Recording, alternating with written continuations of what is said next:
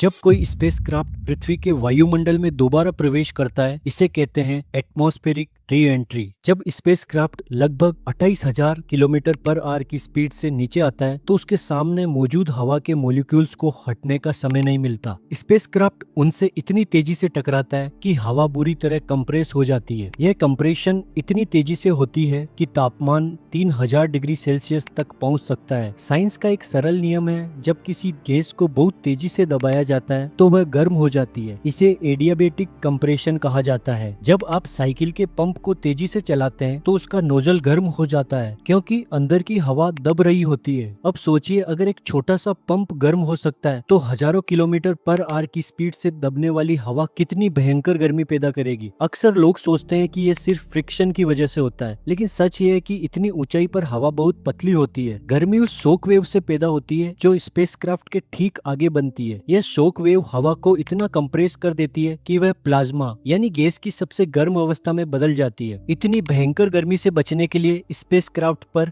Heat shields लगाई जाती है। ये शील्ड्स धीरे धीरे जलकर नष्ट होती है, जिसे एब्लेशन कहते हैं, और इसी प्रक्रिया में गर्मी को बाहर ही रोक लिया जाता है। इसी वजह से मेटेरॉइड्स आकाश में आग के गोले जैसे दिखाई देते हैं। अगर प्रोटेक्शन ना हो तो स्पेसक्राफ्ट पूरी तरह जल सकता है। यही कारण है कि स्पेस से अर्थ पर वापस आना लॉन्च से भी ज्यादा खतरनाक माना जाता है।